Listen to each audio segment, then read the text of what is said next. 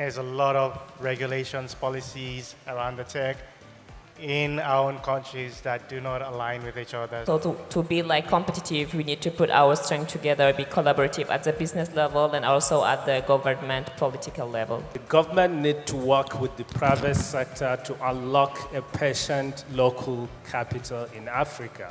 And the only way we can achieve this is by doing more in terms of enlightening people to know the potentials in the tech ecosystem.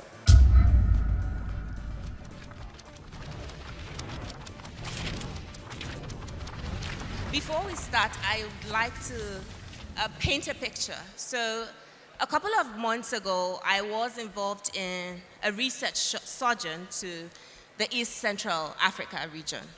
And I met these amazing entrepreneurs, one of which struck me the most. She was able to build, without stable internet and a borrowed laptop, she built an online platform for local artisans to sell their products to citizens in diaspora. But the question that came to mind for me was, what if she had access to broadband? What if she had, a government, or what if her government's policies had nurtured her innovation?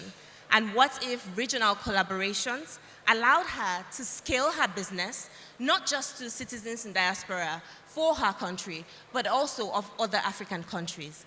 And this is the future we're here to discuss today, a future where Africa's tech ecosystems are not limited by infrastructure gaps, but empowered by innovative policies, strategic investments, and collaborative efforts across the continent. That said, my name is Victoria Manya, and I am co-founder at the Advocacy for Policy and Innovation, API, and also a researcher at the Leiden University in the Netherlands.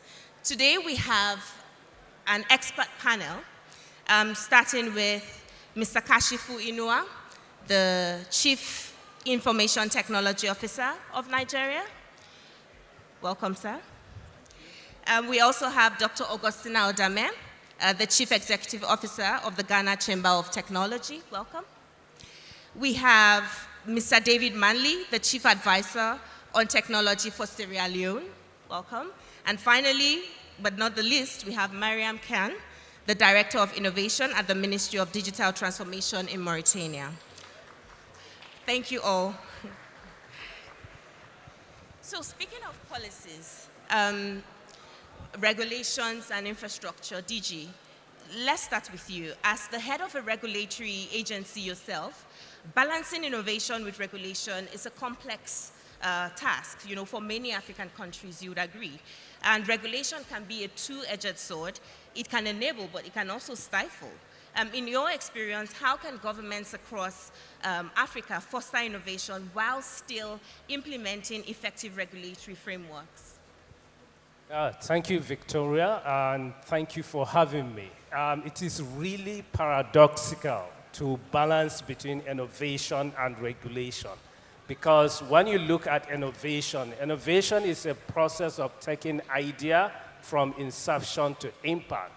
That means you need to think out of box, while regulation is about putting the guardrails on the normal rails. So you cannot innovate on a normal rails if you have a guardrails. So to balance that, at NITDA, what we try to do, we call it a developmental regulation. And we developed an intelligent regulatory framework, something that will help us to understand the terrain before putting regulation. Because to us, putting regulation is like putting a traffic light in a traffic place, which you need to understand the traffic pattern before you put the traffic light. So to do that, we came up with that framework that we need to be aware of our environment.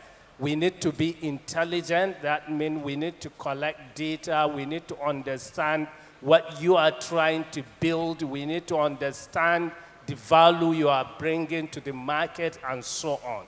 Then also we need to be dynamic. We cannot have one regulation, one size fit it all. So you need to create that room for people to navigate. So to achieve that, we came up with the perception about what is a regulation itself. To our own understanding, regulation is anything that can influence market, economic, and behavioral of a society. Sometimes you don't need to come up with rules that you need people to comply with to say you are regulating them. You can nudge people to do something, it's a regulation. You can do something to unlock innovation, it's a regulation.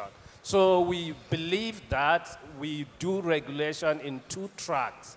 There are what we call a rule-based regulation and a non-rule-based regulation. A rule-based regulation is something that you can have a guidelines that everybody must comply with. But a non-rule-based regulation is something that you can allow the industry to self-regulate, come up with best practices and standards for others to comply with. So that's our approach to regulation in Nigeria. So we work with startups, we allow them to build use cases, then we allow them to self-regulate and understand so that we can understand how to protect consumers as well as to help the businesses grow and solve our real-life problems. Thank you, DG. Developmental regulation, intelligent framework, dynamic regulation, self-regulation, all of this sound like agile regulatory model to me. Building on that point, Marieme, could you elaborate on other case studies? The DG has highlighted Nigeria and what is done here. Are there other case studies that can serve as examples in the regard of balancing policy or regulation and innovation? Okay, thank you for having me today. Regarding what's already said, I think in the digital space we need more agile regulation because we don't know what is the next. So if you put regulation, it can be counterproductive to be innovative. So as case studies or example, I will look at what they do in the fintech area, having sandboxes in the central bank to regulate fintech. Because as you can see, everybody know about the M-Pesa. When it came, nobody was expecting to have this in this financial area. So it was technical or tech solution, financial inclusion. And after that, I think a lot of countries learned about it and tried to have mobile money, e-wallet, some working with the bank, the other working with the telco, and other with startups to have these kind of services. So a lot of countries developed that sandboxes with the central bank to try to have some specific licenses for fintech industry. And I think a lot of countries are doing it, Mauritania, Senegal, and perhaps Nigeria as well. Another kind of doing regulatory for the industry or more framework policy is the way some countries did the Startup Act. It was driven most of the time at the beginning with the ecosystem itself. You can talk about Tunisia, which was the first one to have a Startup Act policy in Africa, and it was led by the entrepreneurs itself. So the government was forced to continue this initiative, and after that, it spread out all Africa. The Nigeria has its own, Mauritania, Senegal, sometimes different. It's top-down or bottom-up, but it's kind of use cases we can use to see how the entrepreneurs set up some kind of framework to force the government to instead of waiting to have the legal framework to get into the tech space. Yeah, thank you, Marieme, for that. And yeah, sandboxes, startup acts from Tunisia, Nigeria, other countries. And you've mentioned some of them are top-down, but others are bottom-up. Shifting the focus to Dr. Augustina, I have learned over the years that just like love, policy is not enough. And yeah, we've got representations from other speakers talking about policies that are enabling startups. Countries like Nigeria, Tunisia, even Kenya have gone a step further to create vibrant tech ecosystems. What lessons can we glean from their experiences in fostering innovation in a holistic manner? Beyond policy, what additional factors have contributed to some of the recorded success? You're right. With regards to policy, creating an enabling regulatory framework is not always enough in and of itself. I think that one thing that I would like to highlight is that creation of critical market infrastructure. So one thing that you realize, especially with technology startups, is that there's a low cost of entry because technology, the startup cost, it's not, you don't have those huge overhead costs, etc. But at the same time, what that means is that a lot of technology companies start with very limited capital and have to bootstrap for a long time until they get to the point you're hearing about them, which is when they are raising Series A, etc. So sometimes there's the need for certain critical public infrastructure that it's very difficult for individual technology companies to justify spending on, especially at their initial stages. I'll start with low-hanging fruit. So for instance, data. There's certain data that sits with government agencies, etc., that could easily be cleaned up when it comes to market research. I work with startups, and when you talk to them, a lot of the products are being developed, yes, with some market research, but not very good data. So this is an example of something that governments could lead to make sure that startups have access to good, properly treated data, so that they do not fly blind just because at the initial stages it's a bit difficult for them to justify spending those huge sums of money to assess and sometimes even do their own primary research.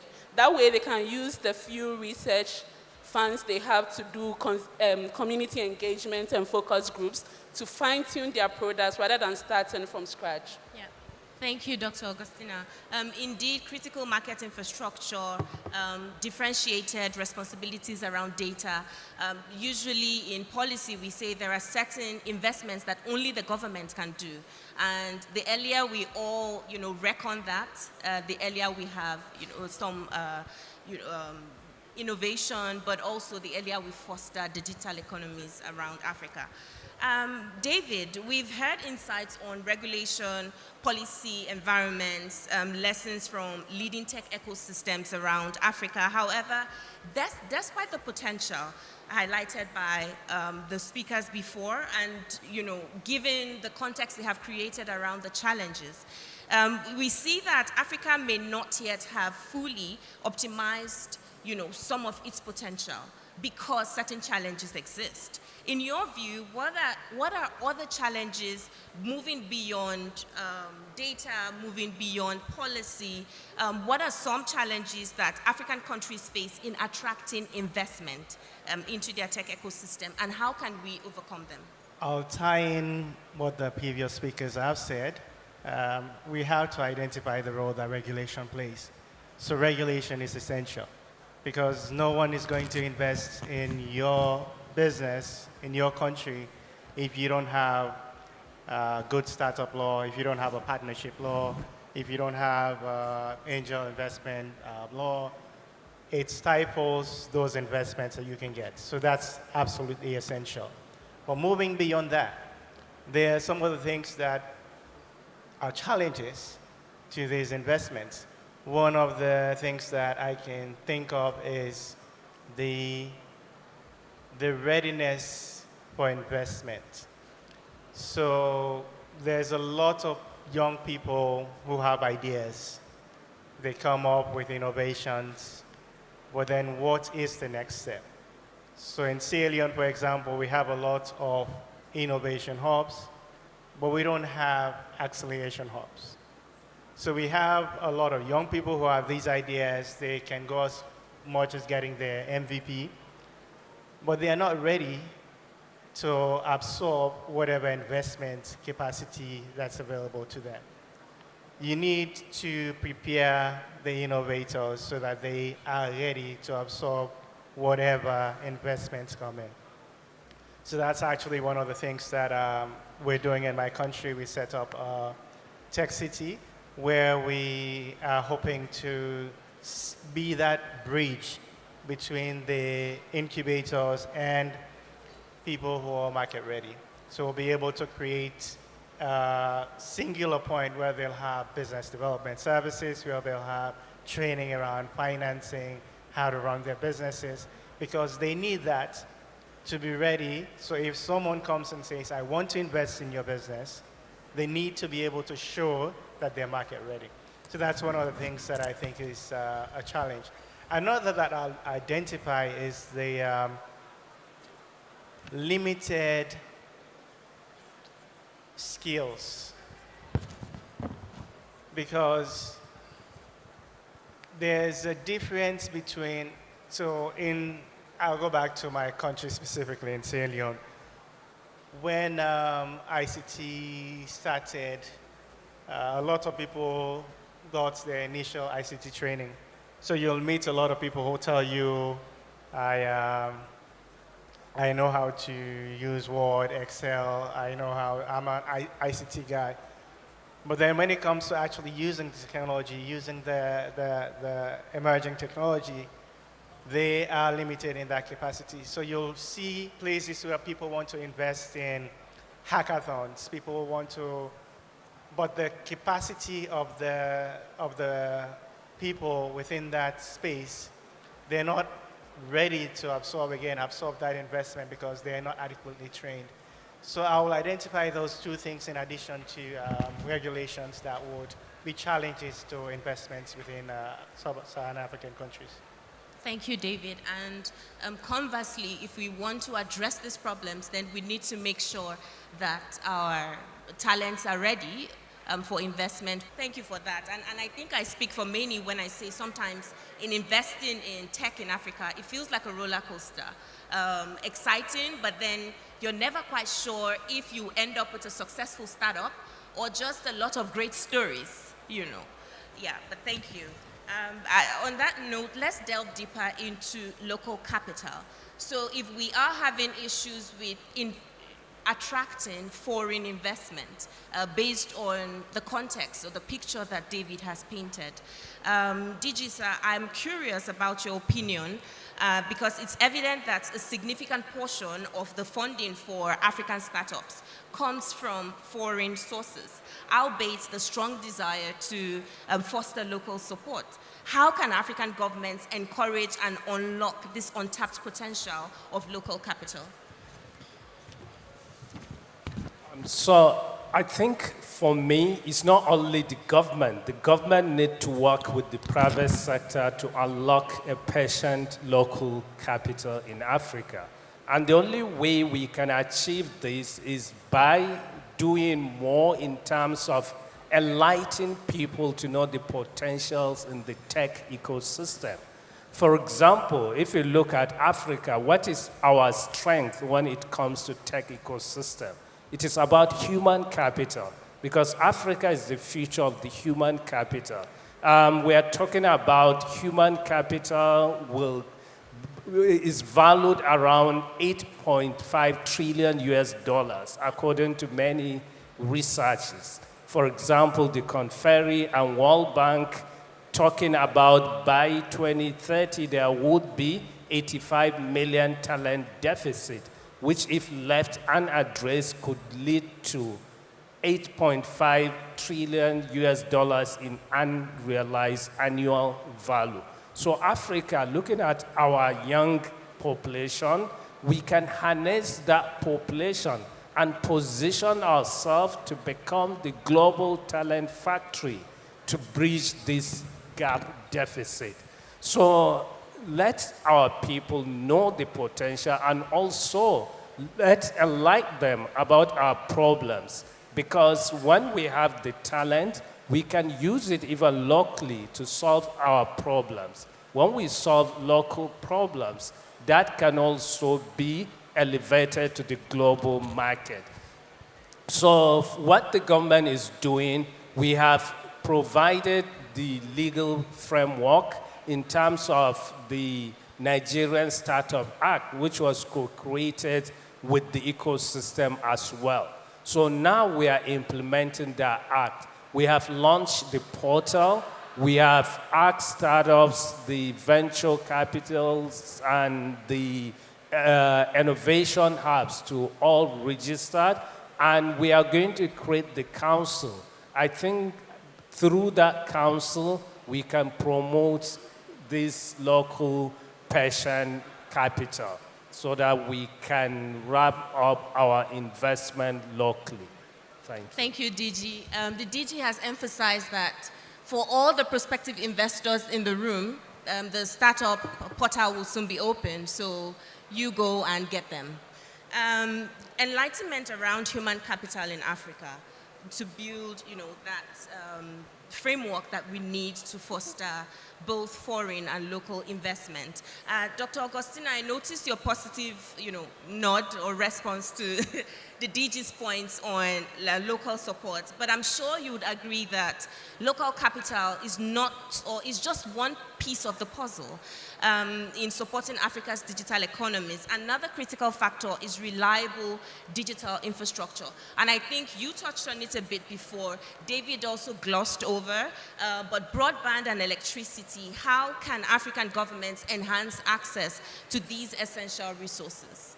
So I was nodding with regards to his comments about private sector and government collaboration, because certainly we know the situation in Africa. African governments cannot finance on their own some of these things. It's going to require partnerships, not just with the private sector in Africa, but even some of our development partners, and also finding great ways of unlocking patient capital from outside of the continent.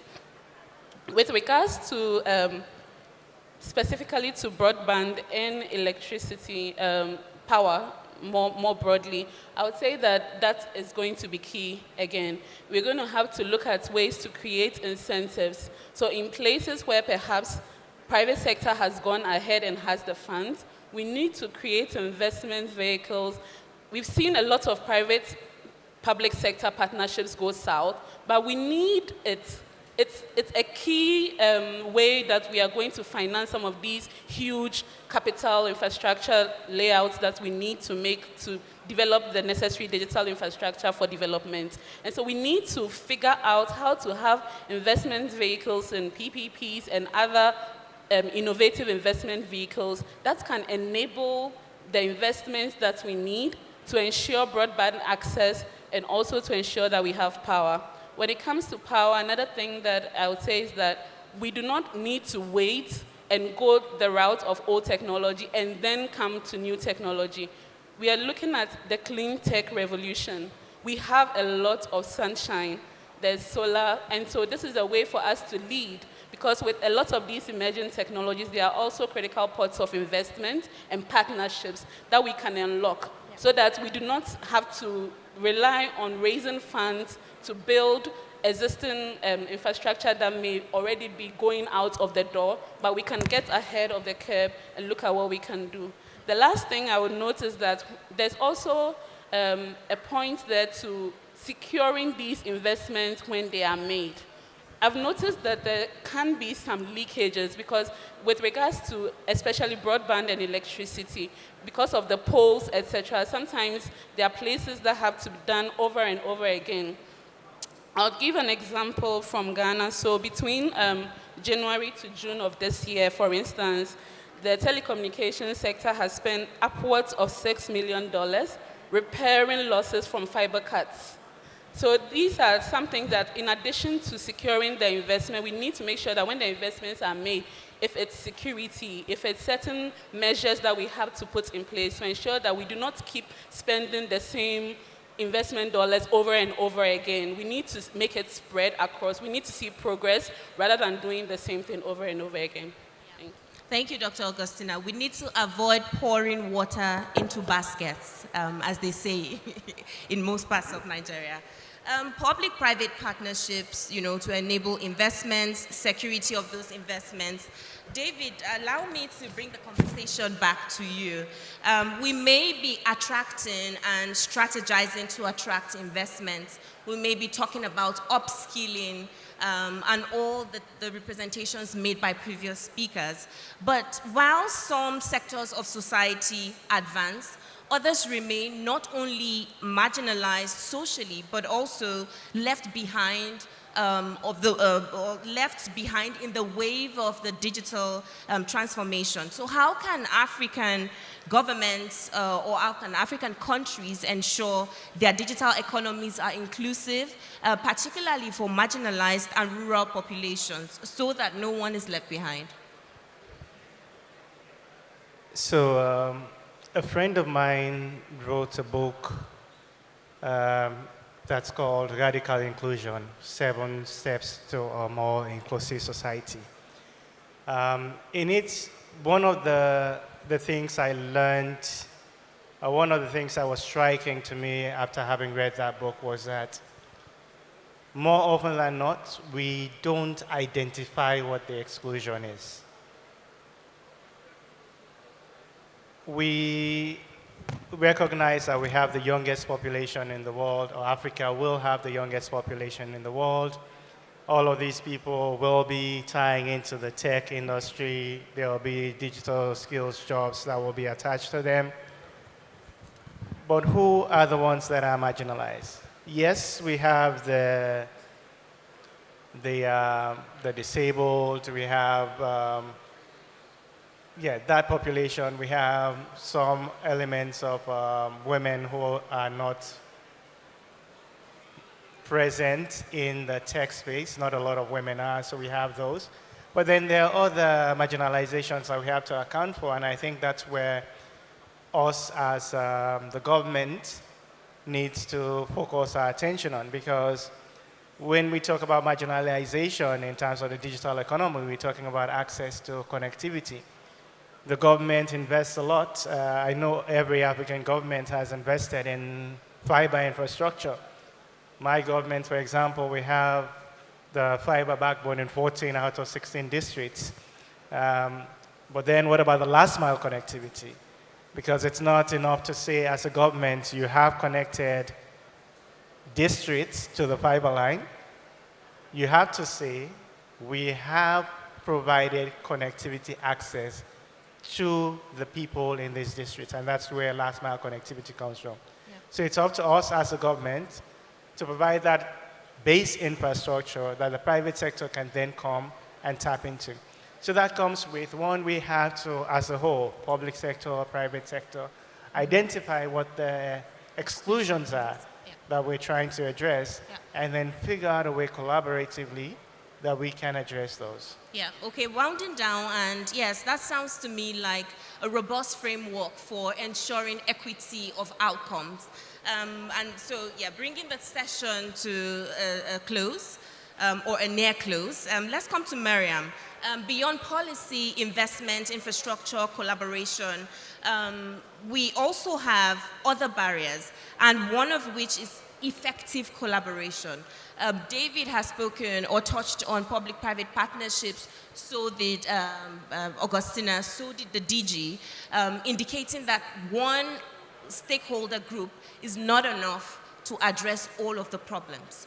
Now, coming to you, what are the biggest challenges to fostering effective collaboration, both within Africa and with international partners?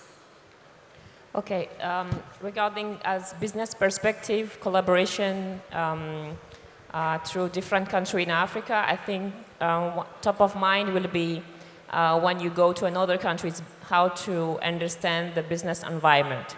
So doing business, how to access effectively to the market, and how to secure my investment when I go to another country, because the tax and the legal framework are a lot of the time like different, even if we are in a regional market, ECOWAS, etc.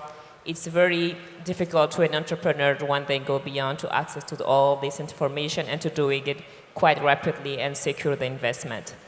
So I think the question also was having some kind of proposition to unlock these barriers. One of them, I think a lot of countries want to do it, but I think the way we're doing it, we can do better. It's soft landing programs for startups, for instance. We see that when you achieve or experiment one product, you can scale it And before scaling it, you need to understand the market, the user functionality. So it's a good way to have this kind of soft landing program for startups all over Africa. Another topic we discussed at the government level, at the African Union, it's having this Startup African label. Just, I think, a few months ago, the Union African have this startup policy. We are in the process of signing it. So it will be good to have, if the label here is recognized, why not recognizing in Algeria, in Mauritania, in South Africa? It's not easy, but it's a kind of facilitating the way of exporting the knowledge of startups. Yeah. Other also topics and discussion is having this, we already exist, African Guarantee Fund, because when we talk about financial problems, how we're going to back up our financial tools. So this African Guarantee Fund, FAGAS, exists, but not very well used at national level. Another topic also in discussion is having this African Fund of Fund. I think with the initiative of Timbuktu, with UNDP also, they're trying to have something like that. Yeah. But what should be done also, I think, regarding the, we don't have regional or African Tribunal of Commerce, because when you want to come somewhere, you want to be sure that the legislation is in your favor, not only with the national partners. Yeah. I think we also was talking about a topic this morning during the roundtable. The digital trade protocol should be also a very good incentive to help people trade between Africa. Thank you, Mariam. Piggybacking on digital trade protocol, in 90 seconds, DG, how can African countries effectively harness the potential of emerging technologies? I think the best way to do that is we need to build our digital infrastructure together. Looking at what is happening today, if you look at our internet traffic, over 85% of our internet traffic is to access content on these big tech platforms. But this content are created locally in Africa. You and I, we normally watch African music, content, and so on. But they are somewhere which we have to travel all the way across the transatlantic ocean to access those traffic. We don't have connection between Ghana and Nigeria. If you have content created by a Nigerian and Ghanaian want to access that content, they have to travel all the way to across transatlantic. So how can we build those digital infrastructure that can share content within Africa and allow data flow across border? Thank you. Thank you so much, DG. Charity begins at home. Dr. Augustina, in one sentence. I would say collaboration. Okay. And industry needs to be on the back of government. You have research and development units within your organization. Send position papers, chase them, publish papers, make press releases, and get them to do what needs to be done. Thank you. That sounds like a superhero's job. David, quickly. I would say harmonization. If we are going to harmonize across countries, we have to start within our own countries. Yeah. There's a lot of regulations, policies around the tech in our own countries that do not align with each other. So harmonizing them internally, and then we can push towards the inter-country harmonization. Pan-African infrastructure, collaboration, harmonization. Mariam. For me, it will be collaboration as well, because we Africa are very limited and very far from the world. So to be competitive, we need to put our strength together, be collaborative at the business level and also at the government political level. So thank you. This has been an incredibly insightful discussion, and thanks to the panelists. I don't know about you, but I feel like we've just had a crash course on building digital economies. We've explored the many ways in which African countries are building their digital economies, from policy reforms to cross-border collaborations, which could be improved, and from unlocking local capital to harnessing emerging technologies. What stands out for me today is our collective commitment to bridging the gap between vision and implementation. Turning ideas into action require moonshots. And so taking the conversation beyond the stage as we move forward in shaping the future of tech in Africa. Good afternoon, everyone.